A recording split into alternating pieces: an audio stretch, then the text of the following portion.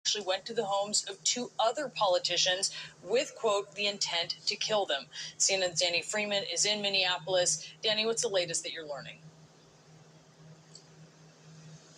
Brianna, the acting U.S. attorney here in Minneapolis called these crimes the stuff of nightmares. Now, you said it just a moment ago that we're expecting to see the suspect here, 57-year-old Vance Belter, in federal court in just under a half hour or so.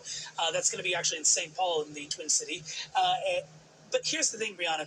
While we know that he's going to face 6 federal charges there to start, that's including murder, that's including stalking, that's including firearm offenses, as you noted, the most shocking thing that we learned when this federal criminal complaint was unsealed and that press conference occurred is that Belter allegedly went to 2 other homes targeting 4 Minnesota state lawmakers early in the morning hours on Saturday.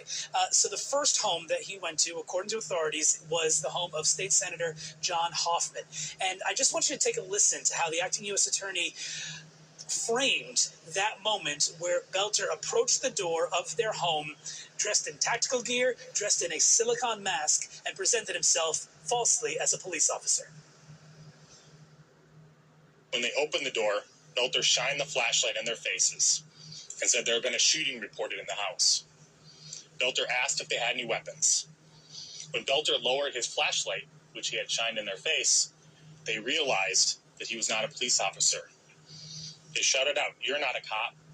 You're not a police officer." Belter then announced, "This is a robbery," and forced himself into their home.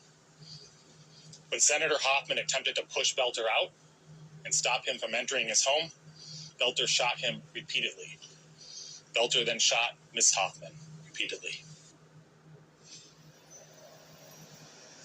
But Belter allegedly did not stop there. After that shooting, he then, according to these U.S. officials, went to a second lawmaker's house, but that lawmaker was not home. So he then moved on to a third lawmaker's house. But at this point of the evening, police were already aware that there had been a shooting. So a number of local law enforcement officers actually spread out to, now we know, a number of local lawmakers' homes. It seemed at that point that Belter was scared off from the third home, his third intended victim, but he was then able to allegedly get to State Representative Melissa Hortman's home, where he ultimately killed her and her husband, Mark. Now, I just want to add one quick thing.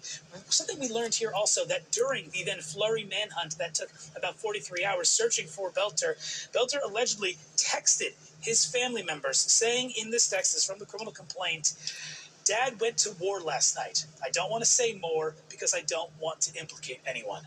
Again, so many frightening details here about this story. Again, that court appearance coming within the hour.